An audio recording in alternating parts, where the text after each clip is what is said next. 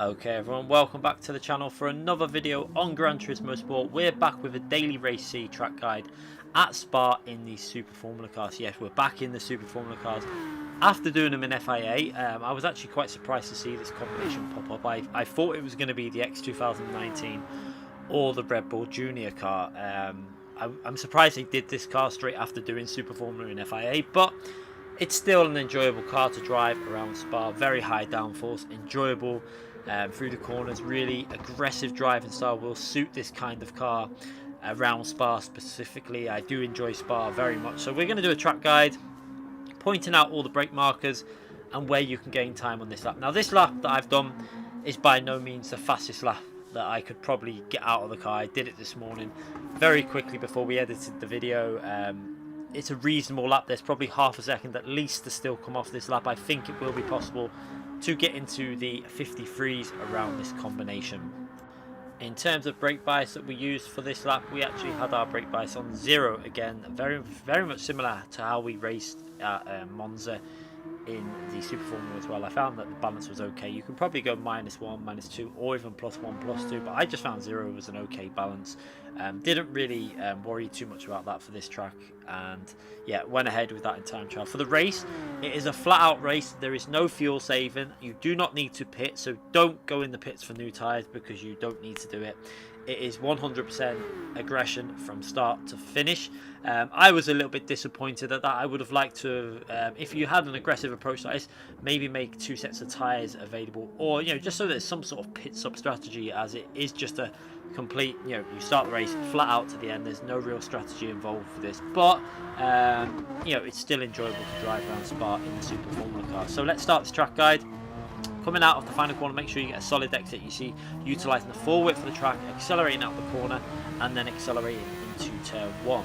And you're going to be looking out for the 100 board as your braking reference. You're braking slightly after that. We've circled it on the left hand side there, you can see, and braking just after that board. You'll see there braking inputs going just fractionally after the 100 board on the left hand side, and then trail braking all the way into this corner. I like to go down into first gear and try and take a bit of the green Astro off on the right hand side, the green curbing on the right hand side with your right hand tyre, and then get on the power nicely. Upshift the second nice and early. You'll see throttle inputs. Be very cautious. You see how I don't go maximum attack on the throttle. We gradually put that throttle in, and now accelerating all the way down the hill through a Rouge and Redallion, and now this is completely flat out. You do not need to worry about lifting through it. It's just take as smooth as line as possible, so just keep it nice and smooth, keep your steering inputs as minimal as possible, and at the top of the hill just cut over the top of the curve slightly.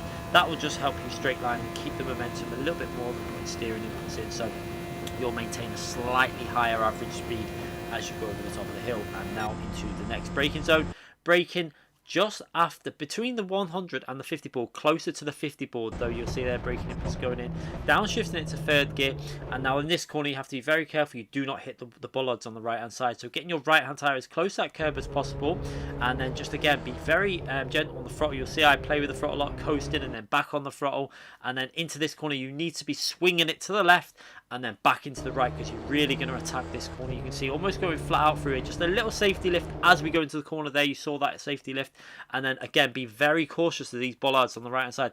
They have changed them on Gran Turismo since a while ago. They cannot be removed now, so when you hit them they will stay there and they will always slow you down, so bear that in mind when you're doing your lap. Now we're into the next braking zone, braking at the start of the curve pretty much. I use that as my reference. Just past the curve we start braking inputs there. It's a nice reference to use, and then braking and heavily braking and downshifting into this corner. I like to hold a tight line, however on this lap we braked a little bit. We didn't really get the braking done as well as I would have liked. I had to take a different angle in, and then got on the power a little bit too early to try and compensate for that, and drifted a bit, lost a little bit of time there. And then for this corner, you're going to see we're going to swing it onto the curb for the right hand side. Make sure you get your right hand tyres onto that curb, using that sign as kind of a reference that you need to brake before that sign on the right hand side. Down into fourth gear and try and get your left hand tyres again to get onto the curb, but just try to avoid them bollards on the left hand side. They will absolutely destroy your lap. Remember this, they do not get removed now.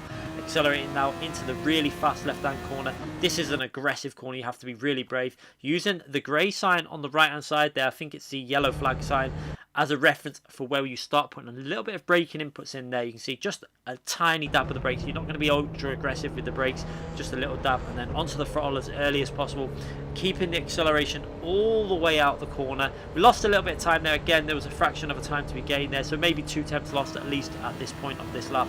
And then into the next braking zone, you're using that 50 board as your reference and the start of the curb on the right hand side. You see there on the right of the 50 board, sorry, that's your reference for where to brake. Down into third gear briefly, and again you need to be cautious of these bollards on the right hand side before putting it into fourth gear again, and be gentle on the throttle. You see, you will need to give it a little lift off the throttle there just to stop the car on the steering, otherwise you will run wide into that gravel.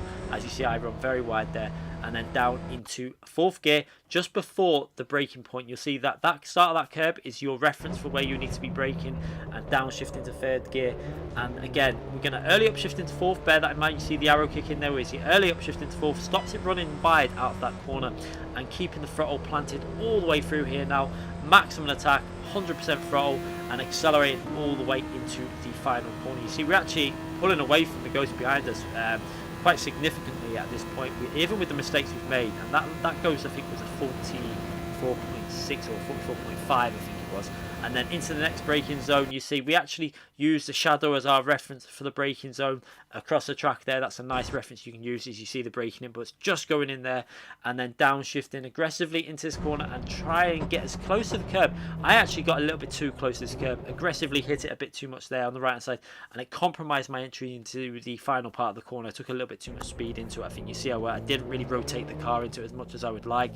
Early upshift into second gear, be very gentle on the power, and you will see the ghost has actually completely caught me up at this point. So another 10 or 2 tenths loss. You saw it there briefly before we go over the line for a 54.4. Now, I think there's potential to get that down to at least a 54.0 or 53.9. I expect to see the top 10s by the end of the week, probably all in the 53.9s or something like that, because there is a lot more time on the lap, as you saw from that lap with the Mercedes boost.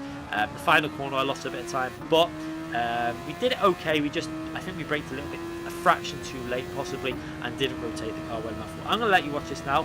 We're going to watch it from the chase camera for the people that use this view, just to try and show you with the track widths as well how close you have to get to these bollards as well into some of them corners, and how cautious you have to be. So going into this corner again, you're going to see how you have to be ultra careful. You need to be as aggressive as you can to get in close to them bollards. You see almost skimming them there, and using the full width of the track. You see how we use a lot of the curbs? That is extremely important with this type of car, because you're widening the line, you're increasing the angle into the corners, which is going to give you more exit speed and more entry and mid-apex speed as well. As again, you see using the curb, swinging it in, pretty much perfect through there. Just skimming them bollards again, doing that really nice. We lost a little bit of time through here though, you'll see. Could have been more aggressive there. I think we used it. There was a little bit of track left on the right hand side where we could have accelerated through and actually got on the curb on the left a little bit too much, and then into this really nice flowing. I love this track in open wheel cars. I remember it from the old F1 games. Absolutely lovely flow to it. I love the way you go from left to right. It's a lot of third and fourth gear corners. Really enjoyable track. You have to be very aggressive. High downforce cars are absolutely brilliant on this track, and I thoroughly enjoy them. As you see now going into that final chicane, and you're going to see now where the angle I took in is where we're going to lose a little bit of time. You'll see again with the reference of that shadow on the track which we use for the braking. It's really nice to use with these conditions at the moment. That tree line for the shadow, use that as a reference for braking. We go in a little bit too early onto the apex, compromise the entry. You see we have to get over that curve, and we lose probably at least 2 tenths there on that final chicane. So there's a lot of time to be gained over on this lap. Hopefully this track guide will help you out, so please make sure you hit that like button if you've enjoyed this video. Let me know in the comment section if it's helped you out. I'm going to let you watch the lap at full speed now without any commentary, and let that play out to the end of the video. Thanks again for watching everyone. Hit that subscribe button and hit that notification button so you don't miss any future videos or live streams. Thanks again for watching everyone.